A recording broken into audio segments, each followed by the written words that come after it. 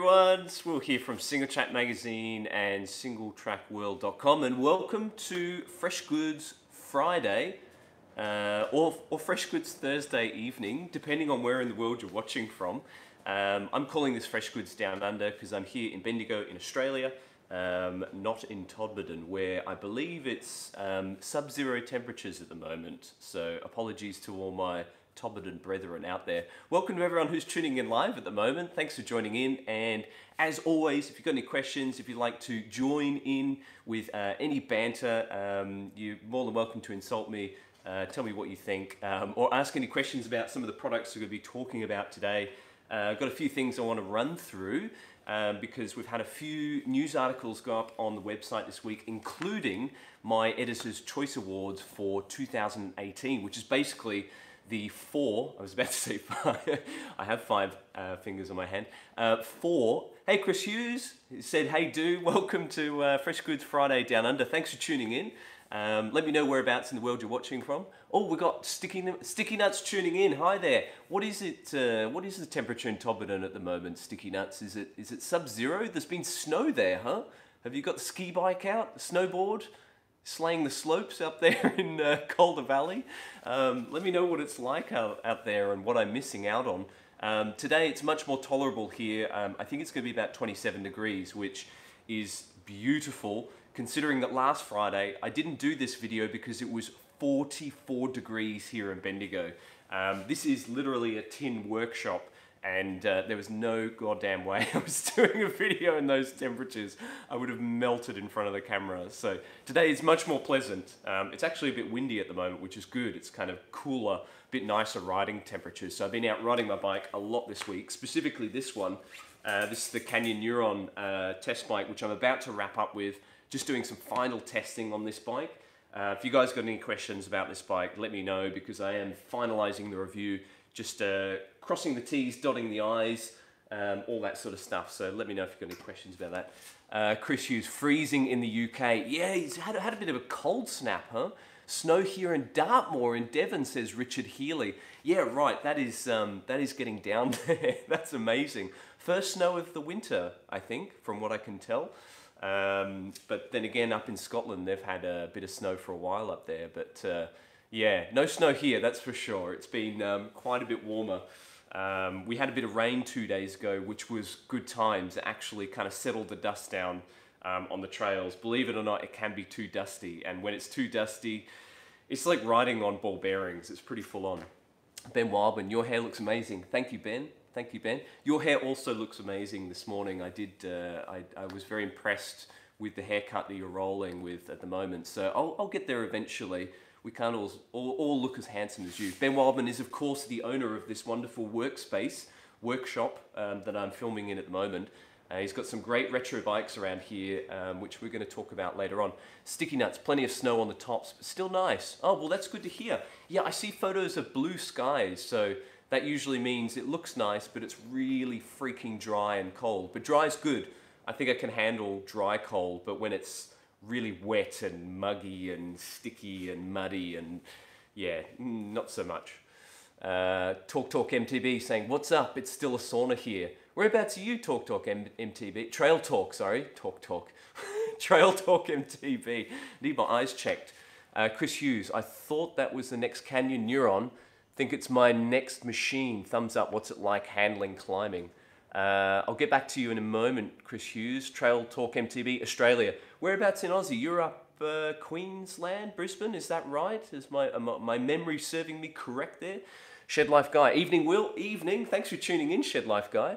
Oh, Sydney. Sorry, I got that wrong. Sydney. Oh, yeah. I was chatting to the guys from Fox Racing Shocks yesterday, from Solar Sport, and they said yesterday was 40 degrees. So we've had a cool change come through down south, but still bloody hot up your way.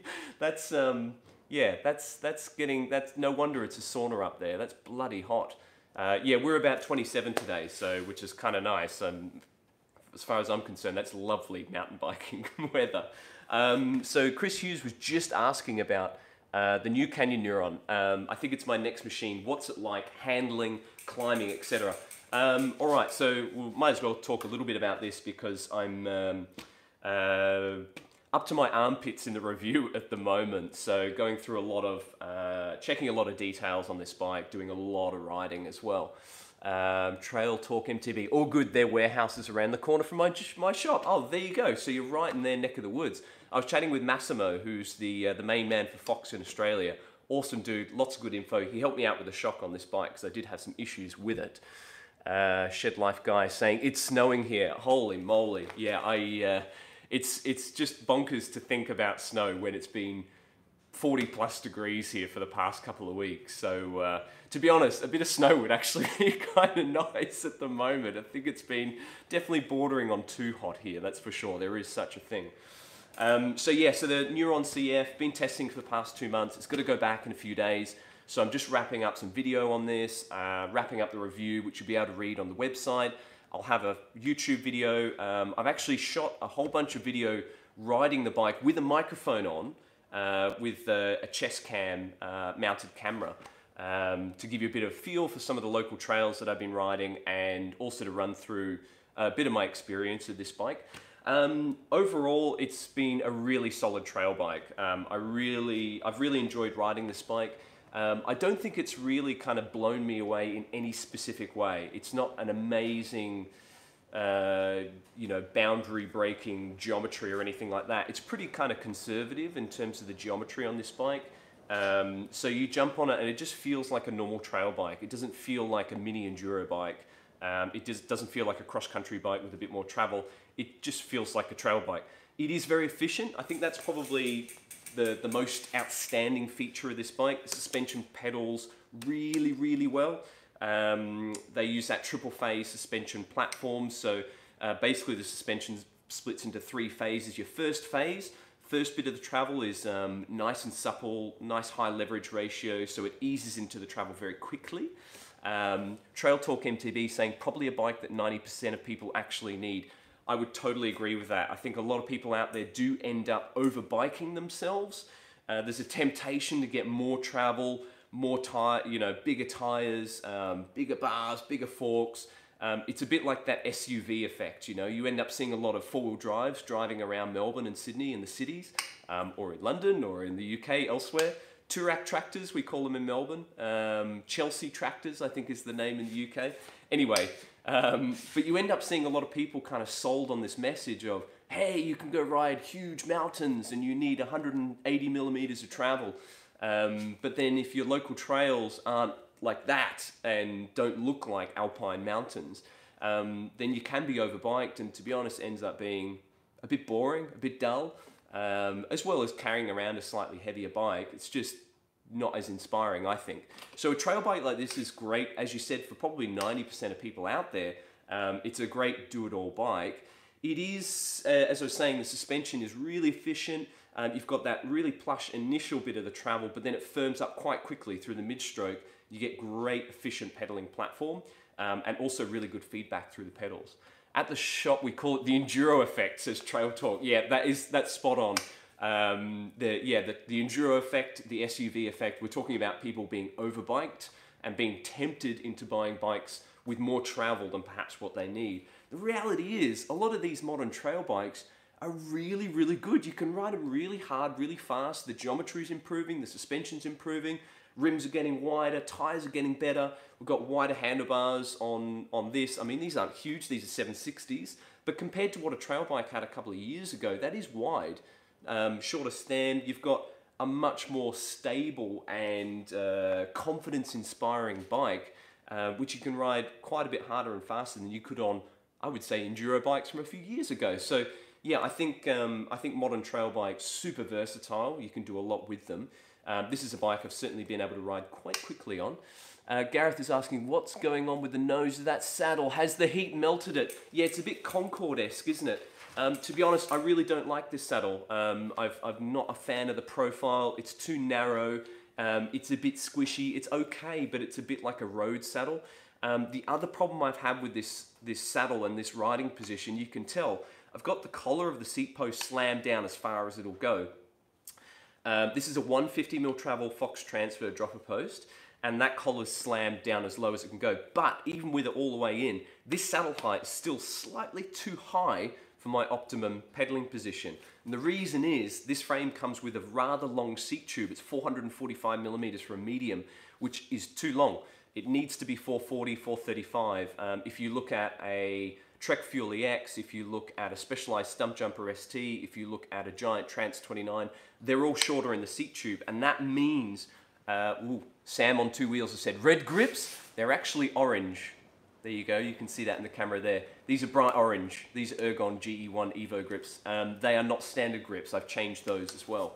But just on this saddle and the melty kind of nose, because the saddle is slightly too high for my pedaling position, I've nosed it down a little bit just to bring me forward a little bit, and I've been able to make do, but it's not particularly comfortable, and I've just had to nose it down to make it more comfortable and kind of make it work. So normally I would kind of tilt saddles down a little bit from horizontal. This one I've got tipped even more. So it's just to make it comfortable basically, given that the whole seat tube length is a little bit too long for me. Ethan Thomas, tire pressures are really complex. Can you help me out with aggressive riding enduro? That's a really broad question you've got there, Ethan, a really good question. But we do need a bit more information. We need a bit more information about the diameter and width of your tires, and a bit more information about what rims you're running on, how heavy you are, and whether you have issues with punctures, whether you slash tires regularly, or if you've never had a puncture in the past few years, are you running tubeless as well? It's really how long is a piece of string, I'm afraid. I did write an article, it was a couple of months ago now, and we did a group test on pressure gauges, on tire pressure gauges. And I wrote an accompanying article about tire pressure and why it's really important to measure your tire pressure, because with a lot of these modern tires, you run them at quite low pressures, and the difference between 20 psi and 23 psi is quite a lot. It's quite a big percentage in terms of overall pressure because they're a low volume tire. So that might be worth having a look for. If you jump on singletrackworld.com and search for tire pressure, there are two articles that should come up, a pressure gauge group test and one about tire pressure in general.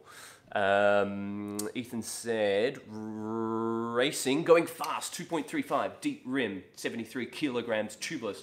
Great responses. 2.35 inch at your weight, you're just a little bit heavier than me. Generally for a tire like that, is it 29 or 27.5? That will help me as well, because 29er you'll run at lower pressure because it's a bigger tire. Let's just double check that. And Sticky Nuts has said, reminds me of an old track saddle for roadies. It does, yeah. It actually, this reminds me, it feels like a sort of saddle you get on a Tiagra level road bike, without being rude. That's kind of what it said to me. It's a bit narrow for my liking, so but saddle's a very personal preference, that's for sure. Ethan is running 650.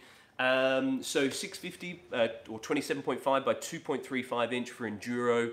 I would run something like 20 to 22 psi in the front and around 25 psi in the rear. If you're really aggressive, you'll probably want to up those pressures, particularly in the rear tire, to avoid hitting the tire on the rim and pinch fighting. But anywhere around that sort of 25 on the front, 21 to 22. On the rear, 21 to 22 on the front. That'd probably be a good starting point. If you're worried about punctures, go a little bit higher. Always start higher and work your way down. Get yourself a tire pressure gauge. I cannot recommend it enough. The standard gauges that come on a floor pump that you would have in your workshop, they're usually not very accurate. They're normally designed for road bikes, so the pressures work at 100 psi. 110 psi, but for a mountain bike, they're usually off. If you can get yourself a tire pressure gauge, particularly a digital pressure gauge, thumbs up. They're so handy. I always have it in my riding pack. Tubeless tires, they do leak pressure over time, so it's worth checking that tire pressure once a week. Or if they leak more than that, then every couple of days. So get yourself one of those and start higher, let out a couple of PSI every ride until you get a nice comfortable ride quality. Christian's asking, how do the Canyon handle on enduro type trails? Gareth is saying, how helpful did you find the Shockwiz? Right, so this bike on enduro type trails, it's not an enduro bike. 100% not an enduro bike. This is a trail bike, and I found it to be efficient. It's lightweight, it climbs really well, it handles tight twisty trails really well, But when you really open up this bike on the descents, on rough descents, what you're talking about enduro type trails where you're banging about 30, 35 kilometers an hour, 40 kilometers an hour, really letting it go, it's a bit wriggly. The front end steering I find is a little bit too responsive, so really good in the tight stuff, but it's not as planted as, say, the Spectral, which is a longer travel all mountain bike. This is a mid-travel trail bike, and the priorities are a little bit different. I have managed to put a different fork on this bike. At the moment, this is the stock fork, but I do have my hands on a shorter offset of this exact same fork. So this is 51mm offset, and I whipped the fork off the Giant Trance, which is a 44mm offset, and bolted it on here. And that's been a really interesting experiment to see how the offset on this fork changes the handling. I can say the 44mm offset made a big difference to that high-speed stability, made it a lot more planted on the front end of this bike, and it's something that, that I actually preferred over the 51mm offset. It's horses for courses though. They do handle a little bit differently and they have their strengths and weaknesses. But going back to your original question, how does it handle enduro type trails? It'll get down them, but it's not designed for that kind of flat out, super rough, gnarly black diamond trail riding. So hopefully that answers your question. We've had a few more comments come through here. Gareth was asking, how helpful do you find the Shockwiz? Super helpful. I really like this, not so much to find recommendations for like, you need to add a token or you need to slow down the rebound. I find it most useful to check for when I'm hitting full travel. And I also find it really helpful for the dynamic sag figure. I find that really interesting because when you sit on a bike and the suspension sags, that's called static sag. So that's how much the suspension compresses under your weight just standing still or sitting on the bike. When you're riding the bike though, the dynamic sag is how much the suspension sits under your weight whilst you're riding, and that can sometimes be different. So I found on this bike, when I'm setting it up and it's about 30% static sag, I'm actually finding the dynamic sag is a little bit less. It's close to about 28%. And that means that the suspension is sitting a little bit higher in its travel, usually under pedaling. And that indicates whether you've got a reasonable amount of anti-squat built into the suspension design, so that when you're pedaling, the suspension kind of lifts up and firms up a little bit, gives you a bit more efficient platform to pedal off. But it also does change that dynamic sag figure. So I find that really interesting. You might not, but I do like using the Shockwiz for that reason. So normally it's for me, I've gotten to the point where I'm pretty happy with getting suspension forks and rear shocks set up out of the box. I know what I'm after. I know the feel that I'm after, the sag, the rebound characteristics, and so on. The Shockwiz is often good for just kind of validating that and kind of getting a feel for, you know, are my feelings right, or is there something else I could try with suspension setup?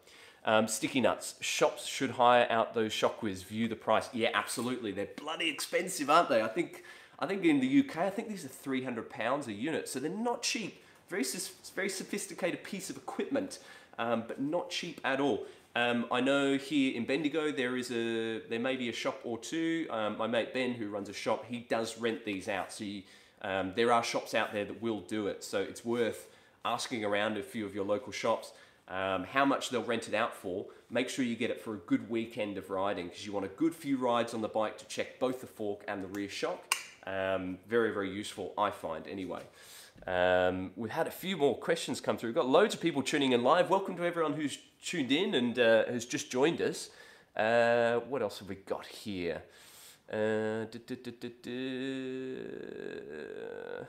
The Bike Room. Thoughts on 300% stiffer carbon buy online by company Gorilla Gravity with the paradigm setting carbon production at aluminium price point. Can Canyon compete? That's a really good question. I know very little about that production process that Gorilla Gravity is spruiking at the moment.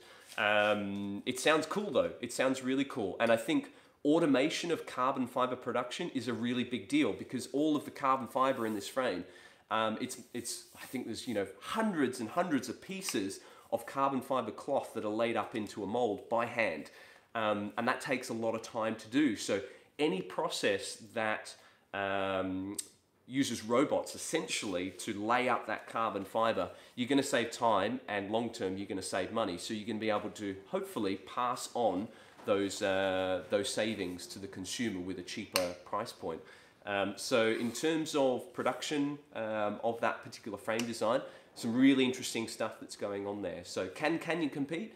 Well, Canyon is an enormous company and they're already pretty aggressive on their price points. Of course, they're direct to consumer, so you go online, hit the buy button, and the bike box turns up at your door. So that's one way of getting bikes cheaper to consumers, and they already do that. Shayna J is asking, do you think a bike that has more pedal bob and needs a climbing switch on the shock is actually more planted / sensitive / plush / better feel for rougher downhill? That's a really good question. That's Shayna J, or Shanna J. Not sure if I'm pronouncing that correctly. Really, really good question. Everyone's a little bit different. Some people prefer a super efficient pedaling design that you don't have to, switch compression levers, or you don't need a remote on the handlebar to adjust the lockout or anything like that. Some people prefer just to have the suspension wide open and for it to be nice and efficient all the time. Now, of course, to get that kind of efficiency, it has to come from somewhere. And normally that does mean more interaction between the chain and the rear suspension design. Under chain torque, a lot of suspension designs will stiffen, they'll get a little bit firmer. And the idea there is to provide you with pedal efficiency without having to flick around with different modes on the rear shock. When you do couple the chain torque to the suspension design more aggressively, so you get better pedaling, you are going to a certain extent, compromise suspension performance. And that's why there's a lot of talk in the kind of downhill World Cup racing world about how do we decouple the chain from the suspension platform? How do we open up the suspension so it doesn't have any restrictions from the chain interacting with it? Canyon actually, funnily enough, had a prototype design with their Sender downhill bike, and it was actually a switch on the handlebar that would disengage the free hub mechanism. So it would allow the chain to freewheel constantly. And the idea there was to decouple the chain forces from the suspension design. So there's a lot of interesting stuff going on at the moment. Occasionally I will, with a test bike, I'll actually remove the chain and do a downhill run, repeated downhill runs with the chain on, with the chain off, with the chain on, with the chain off, to get a feel for how much interaction the chain has on the suspension design and whether the suspension is a lot plusher without the chain. I did that last year, I think it was, with the DMR full suspension bike, the sled, because that bike had a load of chain growth and it pedaled really well, but I was finding that on really rough bumps, it was kind of tugging at the pedals. I could feel the chain tension kind of restricting suspension movement. Removed the chain, did a few downhill runs, it was noticeably plusher without that chain on there. So I think in answer to your question, my personal preference, I'd rather a plush suspension design that gives me more traction, more comfort, more descending stability, and just an all-round plusher feel. That's my personal preference over a suspension design that's firmer and more pedal efficient. What works for you is totally dependent on where you ride, your riding style, and just personal preference as well. So it does depend on a number of different factors. Ricardo Silva's asking, how are the Reynolds wheels behaving? Yeah, so these let me just hold them up there. These are Reynolds TR309 wheels, and they're an OEM choice for Canyon. So they're coming on this bike, which we're starting to see Reynolds wheels pop up on more complete bikes, so not just in the aftermarket. These wheels have been fantastic, and I say that because they just really haven't skipped a beat. Seal bearing hubs. The rear hub has a 4-pole mechanism. I don't know if you guys can hear this. Let's see if I can lift up this.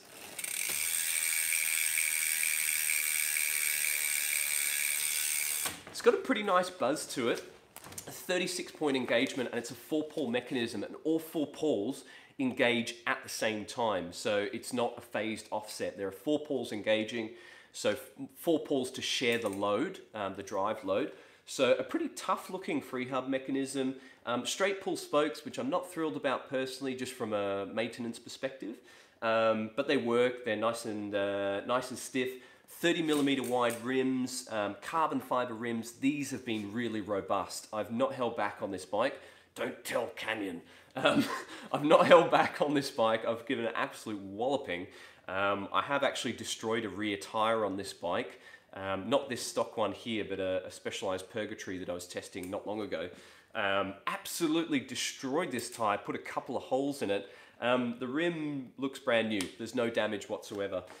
They're not super light. These are 1,800 grams for the set. 1,803 to be specific for the front and rear wheels. That's with tubeless valves and with tubeless tape as well. So they're not super light. They are designed for trail riding, for all mountain riding. So the priority there is strength. Those nice 30mm wide rims which play well with these 2.35 inch tires and up to 2.6 inch tires. I think you can run on here pretty comfortably. So yes, in answer to your question, no problems. They've been really, really good. And I think they're offering a pretty wild warranty on them as well. I'll have to check the details on that. We've had some other questions come through.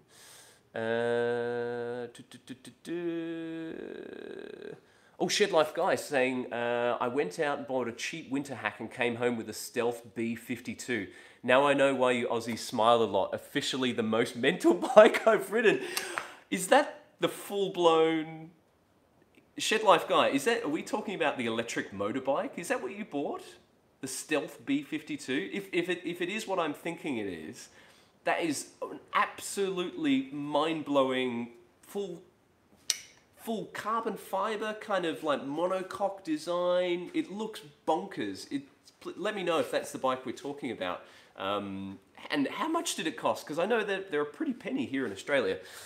The Bike Room is just commenting, I ride a trail bike that doesn't fit enduro, which I found even in slackest mode, not stable at high speed in very chunky stuff.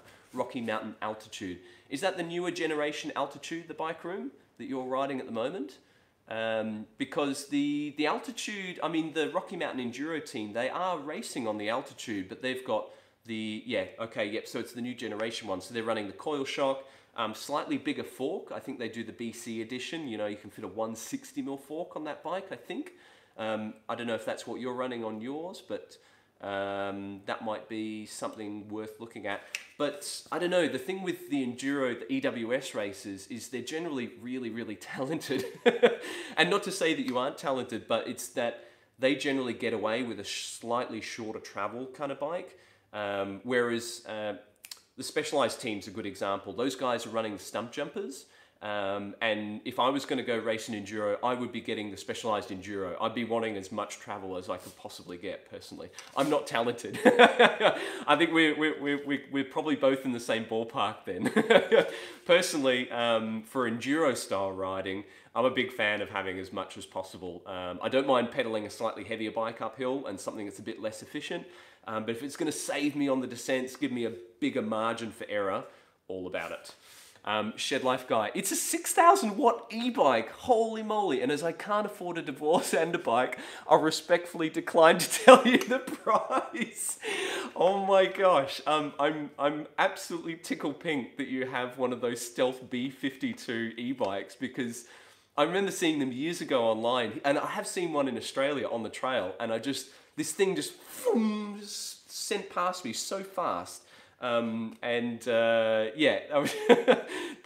things are absolutely bonkers. So I'm tickled pink that you've got one of those, and and you don't need to tell us how much it is. That's fine. We've got a question here. This is Hero 7. No, it's not. It's actually my iPhone. So we're on FaceTime camera, which is why I can see the comments up on and questions coming up on the screen. No Hero 7, but I do have one of those at the moment. I was actually out filming some video on this bike yesterday with the Hero 7 chest cam and a little microphone, lapel microphone. So you'll be able to see a video of me gas bagging while riding around on the trails. I also nearly crashed and killed myself several times. It will be hilarious. Hold out for that video. Trail Talk MTV, pretty decent quality for a phone. Yeah, it is, and it's the little FaceTime camera here. So it's the lower res one. It's not too bad, really. Right, so I want to talk about a couple of things I've got here because I feel like you guys might be interested in these. We've talked a little bit over the last few weeks about tubeless tire inserts, and I wanted to bring this one in because we've just had an article go up a few days on the website, singletrackworld.com, little plug there.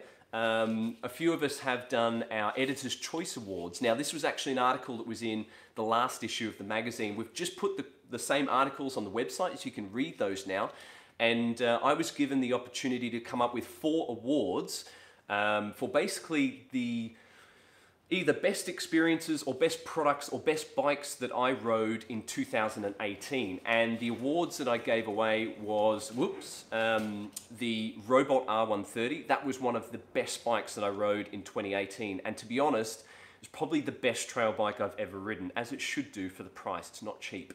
The other bike I gave an award to was the Kodak Solaris Max, which was a hilariously fast hardtail, Steel 29er hardtail that had plus tire compatibility, super long reach, really slack head angle, was just so fast and so confidence inspiring for a hardtail.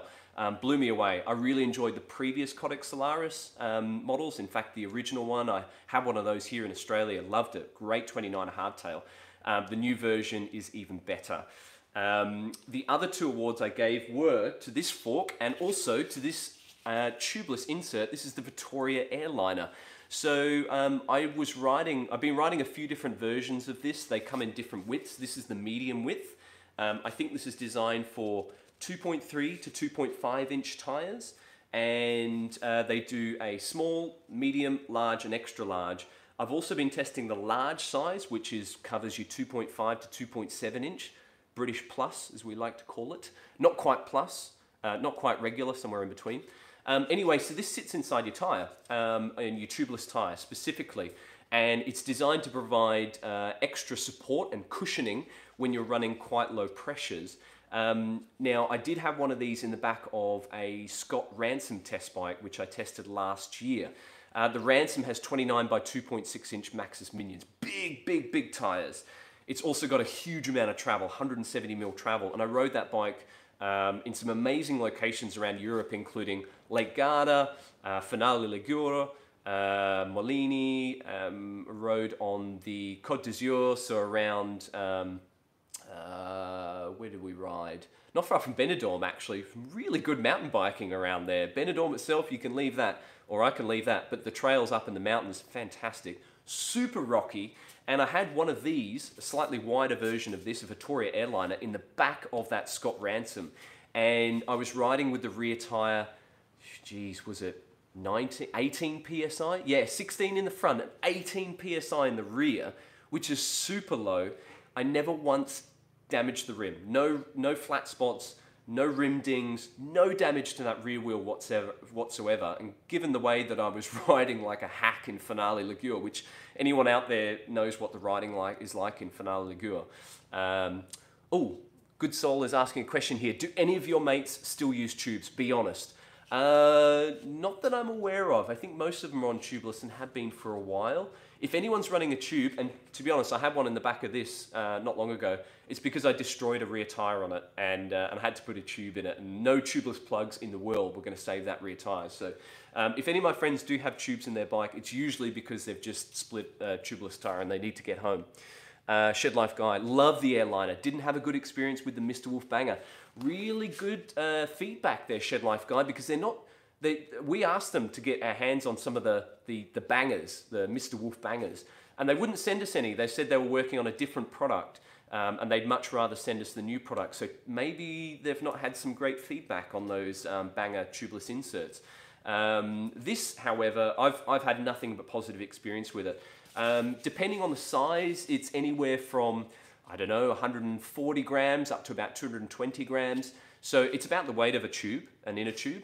But the difference there between running this in your tyre versus a tube is it obviously gives way more support.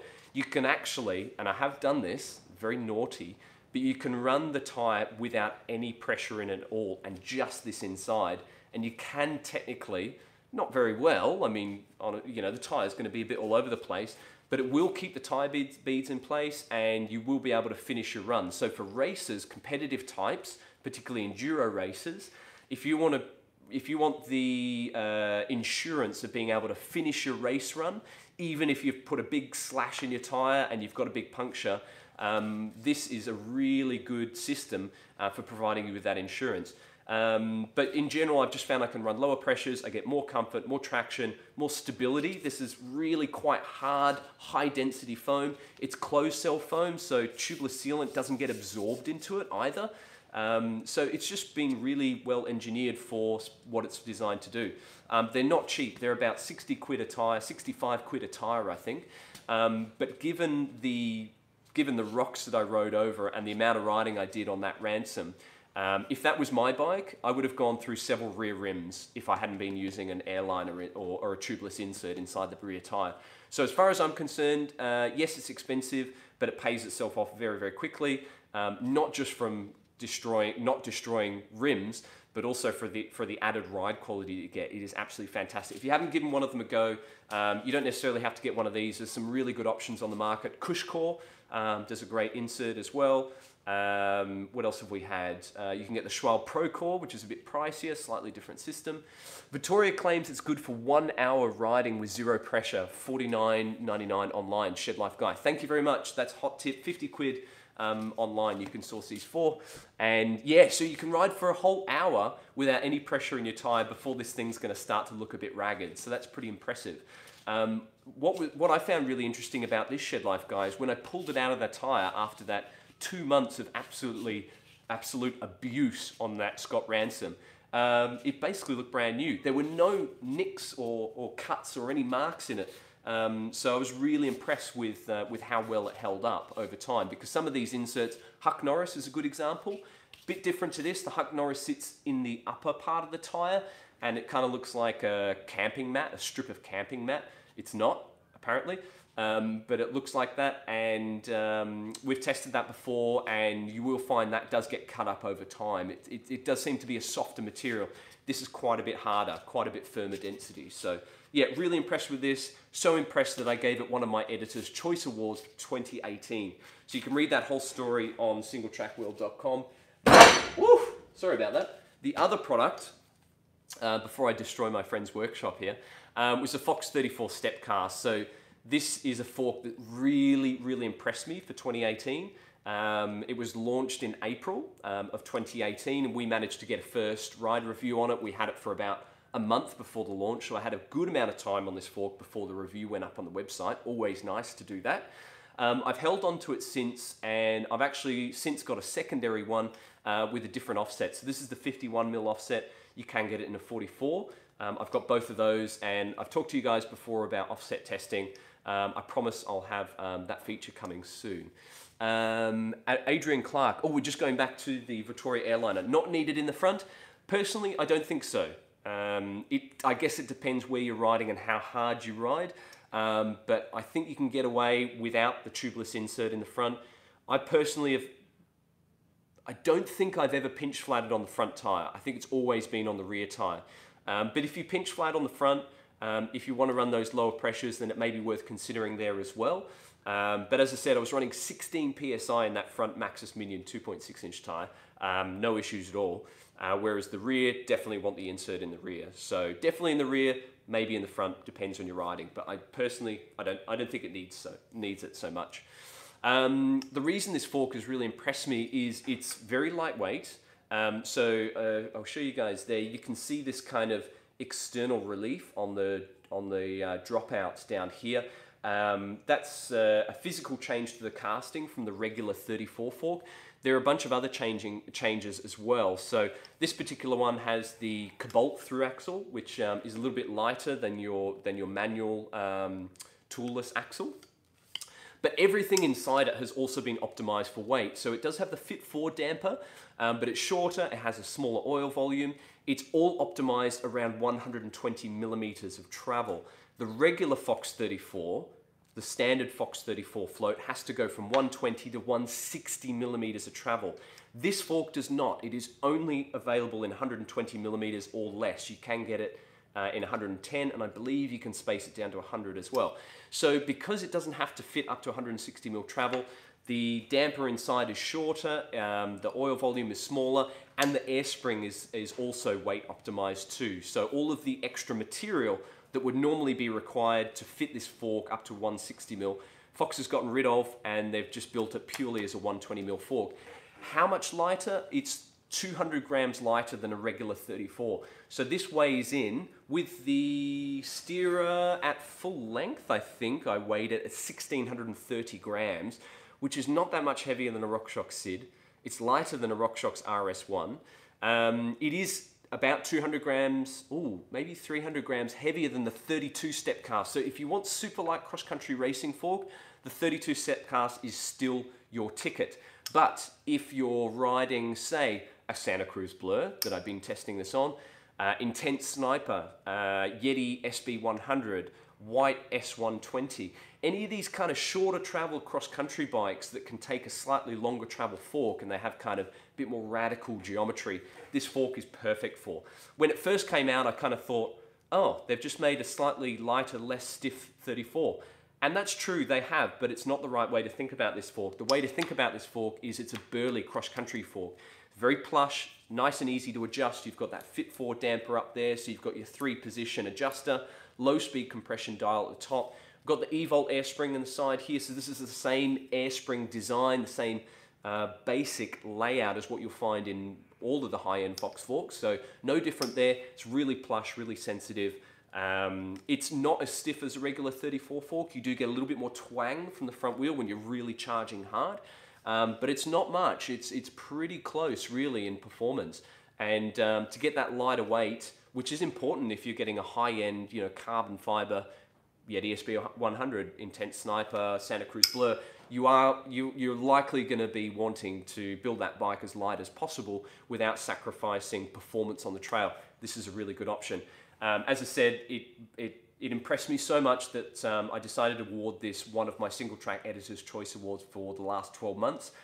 Very impressed with that. So if you want to read more about that fork, you can jump on singletrackworld.com. Have a look for the Singletrack Editor's Choice Awards. I believe Andy's, Chip's, and Hannah's are also on the website, so you can read all of their awards. Basically, the bikes of the year that have impressed us the most, the products of the year, and places that we've ridden that have blown our minds as well. So, of course, mine were all bikes and product related, but there you go. So that's something you can check out there on the website at the moment. I do also want to talk to you about this, and I want to get your opinion about this. This is from an Australian company, Bike Bag Dude. Now, I don't know if this is in reverse for you guys because I'm on the FaceTime camera. BBD, Bike Bag Dude. Now, Keaton and Kath Griffin, I think their last name. I might have got that wrong. Anyway, Keaton and Kath, they're based up in New South Wales, and they produce bike packing kit, and it's all made in Australia. They do frame bags, and a lot of them are fully customized depending on the frame that you've got and the frame size you've got, and also how big you want the frame bag to be. They've had some really good success with all of the bike packing kit that they produce and sell. I think does anyone follow the Arrowhead 135? Does that ring a bell for anyone out there? It's like a crazy endurance race in Alaska, right? This is like a proper Arctic level 135 miles, I'm guessing. Brutal kind of fat bike in the snow type endurance event. If anyone follows that, I believe the guy who won and set a new course record is one of sponsored riders for Bike Bag Dude. So he runs the saddle bag and the frame bag and the top tube bag and the chaff bags and the anything cage bag. So basically anything to do with bike packing, these guys do. They do 2 of these top tube bags. They call them the Top Tube Garage, and this is the smaller version. This is the Top Tube Mini, and they also do a larger version, which is generally more popular for bike packing. This smaller version, they're selling to mountain bikers, to road riders and gravel riders. And it's designed as a little top tube bag, and I'm really keen to give this a go. It's a little bit bigger than the one I've got at the moment. Let's bring this into view here. Now, I have been using this Alp Kit bag religiously over the past kind of 18 months. And what I really like about this is I can put all of my emergency kit in here. I can also put in things like a tire pressure gauge. I can put in, some emergency gels and snacks, and, tube, tire lever, puncture kit, tubeless plugs, all that sort of stuff. And it's really easy to move from bike to bike. Now, back in the day, I used to run a saddlebag, and they're a bit untrendy now. I don't think they should be. I think they should come back. The reason they're not going to come back though is allow me to demonstrate. So with a saddlebag, if you're running it with a dropper post on a full suspension bike, you don't end up with a lot of clearance from the rear tire. So I don't know if you've ever had that experience of running a saddlebag, hitting a drop or hitting a landing and having the rear tire buzz the back of the saddlebag. It can be a little disconcerting. I've had that happen a couple of times. You go, oh, I forgot that saddlebag was on the back there. So with a lot of long travel dropper posts and full suspension bikes, it's reducing the option of being able to run a saddlebag. The reason I like this kind of self-contained bag is I can take it off easily, change it from bike to bike. So particularly with test bikes, if I've got a few in at the same time, rather than having to, have a kit on every single bike, I can have the one kit and know that I've got all of my emergency essentials in here, strap it onto the bike and away I go. So it just makes the whole process simpler. So I've had this Alp kit bag for a while, but the Velcro's starting to get a bit tatty. It moves around a little bit, and I was sort of looking for perhaps a little bit more volume out of it as well. So now I've got this to test. I'm not 100% sure how it's going to go. It is pretty big. As you can tell here, when you've got that up against the stem, it does stick up a little bit higher than the stem. Inside, I've got this nice long zip here, and hey, there we go. I'll show you the orange bits inside. We've got Velcro straps that come with the bag, and these are designed, you run a loop at the front and a loop at the back and a loop at the front. So one around the stem, two around the top tube, and there's multiple positions underneath here. There's a little daisy chain webbing. So you can run a strap in the middle and one at the back, or one at the front and one at the back, whatever you want to do. So basically that's designed to sit on the top tube, give you access to all your bits and pieces. For me, I kind of like this idea. It's a nice big zip there, nice big opening. So for carrying a pressure gauge and a shock pump, which I use all the time on the trail, and a little multi-tool to make adjustments to the grips and the handlebar and so on, that's really appealing. But it'll be interesting to see how I go with this. Particularly for out of the saddle climbing, when you've got one of these bags on here, they can be a little bit obtrusive on your knees. So I'll be interested to see how this goes. It does look really beefy and really well made. Huge big waterproof zip on here. Look at that guy. I mean, that's off some kind of yachting kind of equipment or something. Oh yeah, and look what Keaton put in the bag for me. Is anyone a fan of Vegemite? I really don't like Vegemite. That's a bit un-Australian of me to say, but I detest Vegemite. It's probably the only food I don't like. Oh, we've got Woody. Salute from Warsaw. Hello, Woody. Thanks for tuning in. I heard the other day that Warsaw is not the correct pronunciation. If you could help me out with how that works. Condoms? Woody's talking about this. This is actually something you spread on your toast. It's not condoms. Chances are Vegemite might actually make novelty condoms though. That would be a great marketing opportunity, I would think. Good Soul has said, I would rather take a small riding pack or camelback. Yeah, that's a good point. I mean, how many of you out there prefer using a backpack or a bum bag, or who just hate riding with a backpack at all? That'd be really good to know. Normally I ride with a little backpack or a bum bag, but lately it's been really freaking hot. Like we've had last week we had 41, then 43, then 44 degrees in a row. When it's that hot, wearing a backpack is really, really uncomfortable. You just get super sweaty. So where possible, if I'm going on a ride for an hour and a half, then I'll just put a bottle on the bike, and then having something like this with all my essentials in it, it means I don't have to wear anything on my back. I don't have to take that bum bag. I can usually get away with just that kind of setup like this. So yeah, I think it depends on how long you ride for, what sort of stuff you take with you on your ride. I know the crew back in the UK, Good Soul says understandable. Yeah, when it's hot, it's just, I'm not wearing knee pads, and I'd always wear knee pads, but when it's that hot, I'm kind of like, I don't want to wear those. I don't want to wear a backpack. It just, lucky you, in Poland it's cold. Yeah, I've got no doubts about that. There's a bit of a cold blast kind of ripping through Western Europe at the moment, from what I can tell. It's definitely not cold here, that's for sure. But don't worry, you're not missing anything. It's too hot, I would say. But yes, as far as like what bags you run, if you want to run them on the bike, if you want to run them on your backpack, it totally depends on what kind of gear you want to carry with you. I tend to be a bit of a minimalist, but it tends to bite me in the ass. The amount of times I've ended up having to walk home with a flat tire has been too many to count.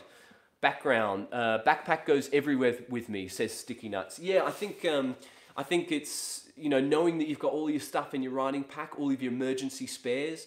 Of course, better to have it and not need it than to not have it and need it. That's always worse.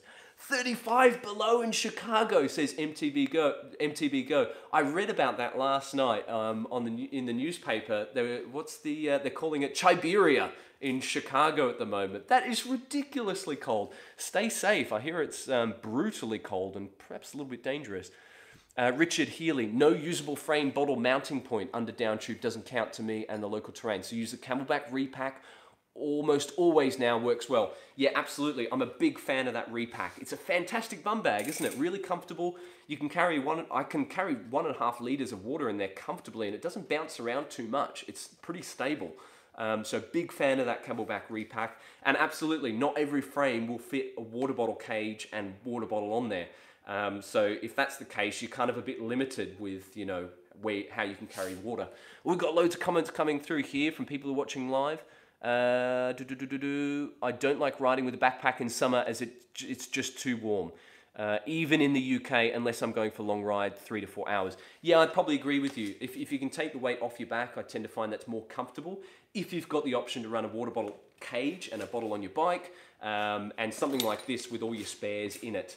So yeah, just depends on your preferences. Trail Talk MTB, avoid backpacks like the plague. I take it you don't like backpacks. Canyon eject hydration system, Camelback soft flask in the pocket, speed sleeve for the tube, and small bits and gels, etc. in the jersey or top tube bag. Man, you have it dialed. That sounds like a really, really good setup to not need a backpack. Woody is saying 70 difference. I'm assuming this means 70 degrees difference between Australia and Windy City. That sounds brutal. Absolutely brutal. Yeah, it's hot here, but I don't know. I'm kind of 50-50 on whether single-digit temperatures would be preferable right about now. But today it's not so bad. I think we're hitting 27. So as far as I'm concerned, that's quite pleasant. On Sunday, we're meant to be back up to 40 degrees again, so it's going to ramp up again.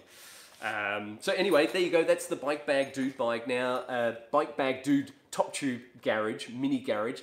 Now, these are Australian made. You can buy them in Australia. I think they're $99 for these guys.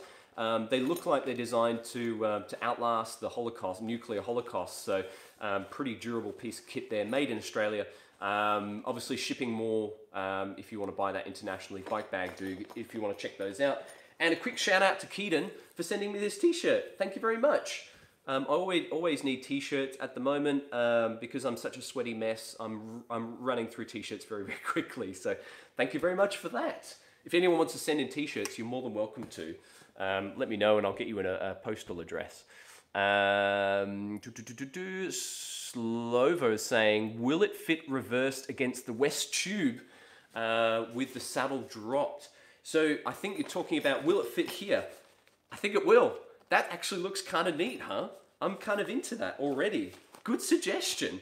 So yeah, you don't have to necessarily run that top tube bag up the top there. We could slot that down there. You can run a Velcro strap on the end, on both ends, and then one around the seat tube as well. I'll be interested to see how that goes with my knees, whether there's much clearance there. But excellent suggestion. And look, it's a pretty pliable kind of bag. So I'm assuming there'd be frames out there where you can kind of like slot it into, like little top tube nooks like that.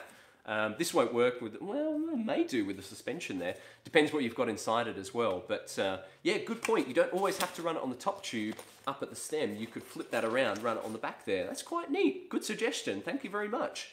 Right, so I might wrap it up there unless anyone else has got any questions for me. We had a couple more comments come through.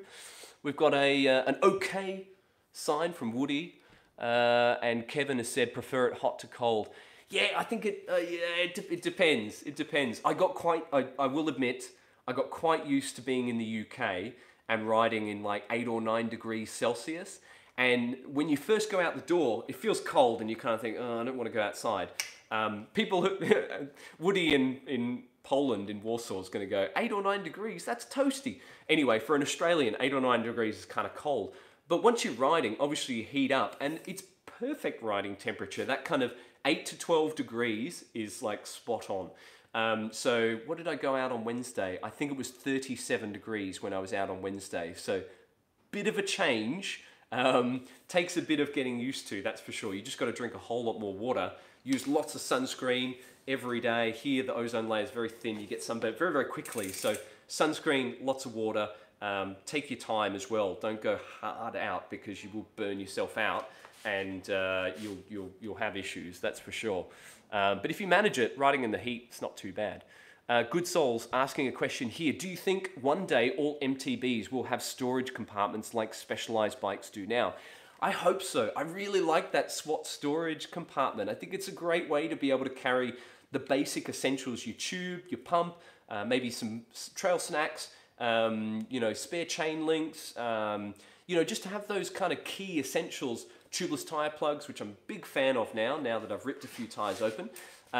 Yeah, absolutely. Frame storage, all about it. I don't know if Specialized has a patent on that design.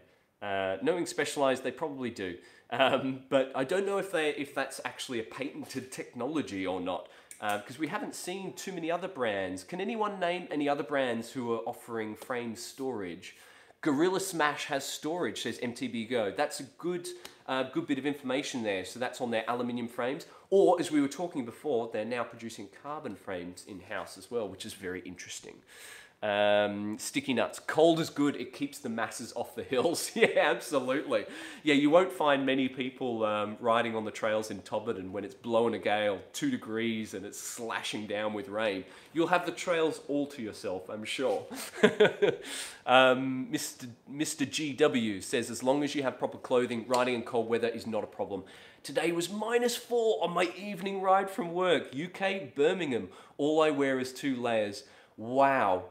You are a trooper. That is bloody cold, and 2 layers. There must be 2 very thick layers. But I 100% agree with you. With the right apparel, with the right clothing, you can get out in all sorts of horrible weather conditions, and it's pretty tolerable. I found that out in my first winter in the UK.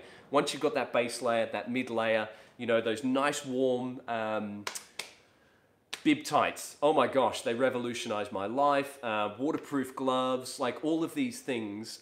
Once you've got those, riding in the cold and wet is completely tolerable. And once you get over that initial, oof, it's cold shock, it's absolutely fine. You can get out and ride your bike and it's no problem. So I totally agree with you. With the right kit, you can get out there.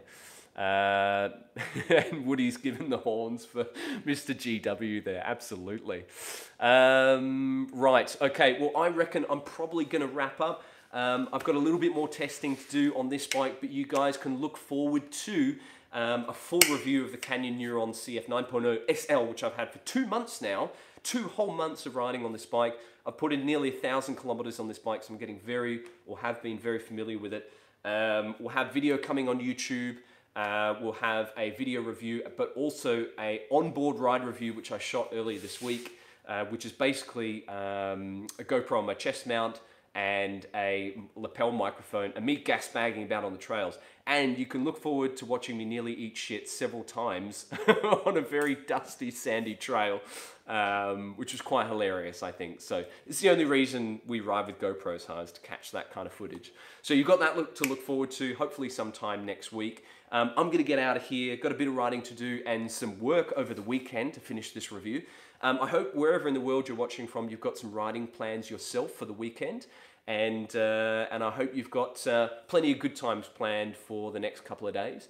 If you've got any questions about this bike or anything we've talked about here, drop them in the comment section below and I'll answer them over the next few days. Oh, Richard Healy is saying, I've recently been using Icebreaker and it's kept me warm. Merino base layers, big thumbs up. They can struggle to dry though once they get wet. That was something I found out in the UK. But in general, very, very good for heat management, whether it's hot or cold, to the point where a nice thin merino base layer you can almost wear all year round, even in warmer temperatures. Work, that what you call it? Hehe, says Good Soul. Yeah, absolutely. Yeah, no, I will be slaving away on the keyboard at some point this weekend because the reviews don't write themselves, unfortunately. But yes, it's pretty good for work. I ain't complaining, that's for sure. Right, I'm going to head off, guys. Thank you so much for tuning in. Thanks for watching this live. Thanks for all of your questions, all of your comments. I really appreciate you hanging out and talking all things mountain biking. And yeah, hope you have a fantastic weekend.